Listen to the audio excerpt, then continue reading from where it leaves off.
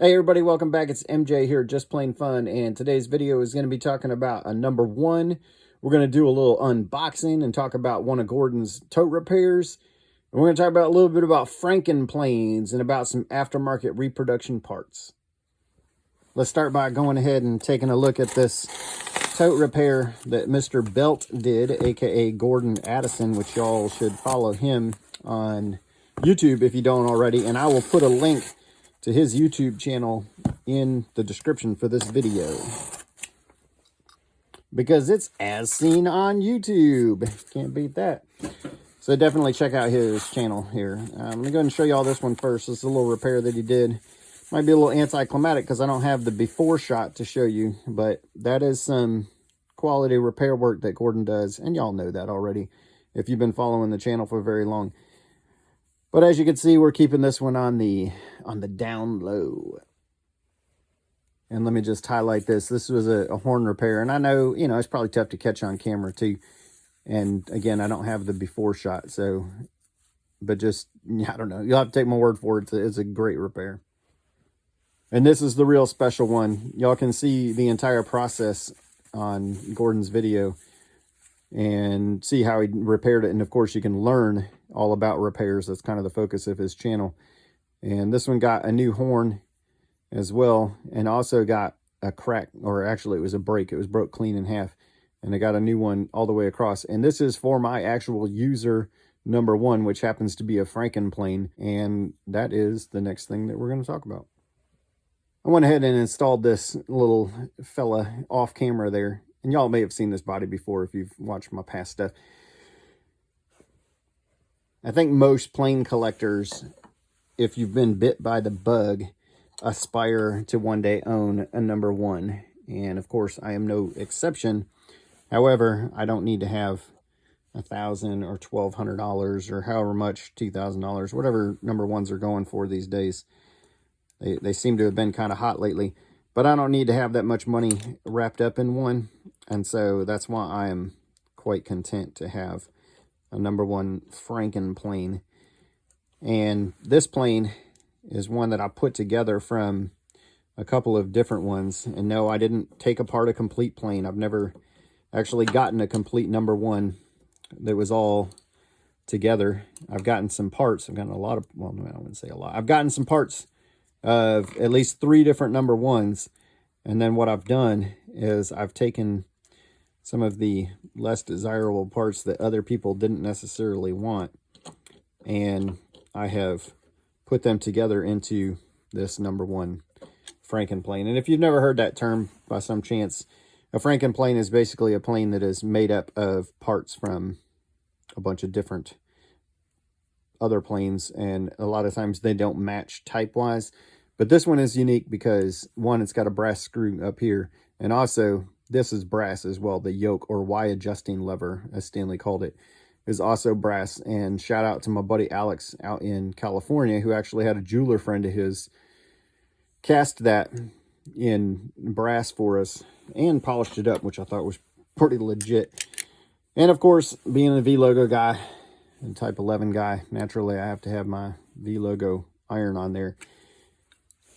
And quick side note, if you happen to need a number one iron, or if you want to get started on building your number one piece at a time, go ahead and let me know and I will get you hooked up. I have quite a few number one irons. And as you can see, I've got some little flea bites there on my lever cap, and that'll just have to do for my little number one Frankenplane. This is always a fun little thing just to give you an idea, just in case you've never seen one, of just how small a number one is. It's hard to imagine until you see one in person. And this is the knob that I have for it. And then before I put this on, I just want to talk about something real quick. Y'all will hear that the knob for a number 98 or number 99 side rabbit plane is the same. And dimensions wise, that is a true statement. It is virtually the same. However, don't believe the hype. It doesn't just come off of the 98 or 99 and just bolt right up to a number one. As you can see, you're going to end up with a little gap there at the base. And so if you were going to use one of these knobs, one, it's not going to have a brass barrel nut, it's going to be steel or aluminum, whatever other material is used on the 98, 99. And it's also not going to fit. So you would actually have to hollow out the bottom of that knob in order to give it enough space. And that's obviously very doable. And so if you want to save some money, then just get a knob for a 98 or 99. But just don't think that it's going to bolt right up to your number one. And same thing here. I don't have a brass barrel nut, and that really doesn't bother me because, again, Frankenplane, right? And that's what I've got. So that's my number one. And huge shout out to Gordon. He was the one who put the last piece into place there by fixing that tote for me, or that handle. And again, shout out to Alex for hooking me up with that yoke. So yeah, that's my little number one Frankenplane there, and a quick look at suitable subs. And before I let y'all go, let me show you another Frankenplane. This is a later model. This is blue. It might be hard to see in the light here, but this is one of the 1960s era number 78s, and it is a Frankenplane. Of course, when they came stock, they only had just one. You either had it in the bullnose position with the blade and lever cap, or you had it in the rear position. And this is the one that has the lever for adjusting the depth of the blade. But for example, this screw right here, this set screw for the fence, is not original. And hey, look at that. It's another brass cast replacement part there, you know, reproduction, aftermarket reproduction. And Alex is actually responsible for this one too. And this is the kind of thing that I would love to be able to offer on the secondary market, if that's something that y'all would be interested in. However, it is actually more expensive because it costs so much to have them cast. So, you know, you're looking at around, you know, $40 for that. But if that's something that you'd like to, you know, dress your number 78 up with a nice pretty depth stop that you know is never going to rust, y'all make sure that you know, let me know. Drop a comment here on YouTube, or come over to Just Plain Fun, the parts division over on Facebook, and let me know, because if there's a market for those, we'll definitely look at trying to get them, I wouldn't say mass produced, but get them produced at a higher rate.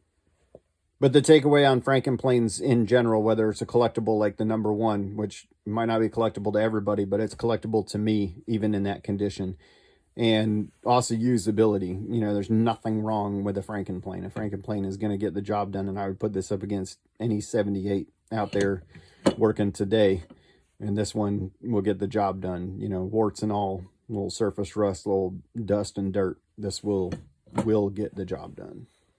And that might contradict previous statements that I might have made. And obviously y'all know that I'm a collector. I'm a Type 11 guy. I'm a V-Logo guy. And it does not take anything away from the collecting side of the house. It's just, you know, it's good to be able to live and operate in both worlds, where you can be a collector and be a user. And, you know, let's not turn our noses at Frankenplanes. This is, I wouldn't necessarily call it a Frankenplane, but it is a reproduction. It's something that, you know, somebody cast. They took an original router body and then they cast it in, you know, bronze, brass. I never know how to tell those difference. Tell those apart. I know they both have copper in them, but, and I think one of them is, you know, tends to be a little more shiny, but then I don't know, is that only after you shine it up? I don't know. So the reason why I bring this one out is because this is the third of 3 parts that Alex and I, mostly Alex, had cast, and that is a little foot, and these tend to be missing a lot. I got a handful of machinist friends that can make these for you, for me, for us, and you know, they can do that fairly cost effectively, but this one is a little tougher.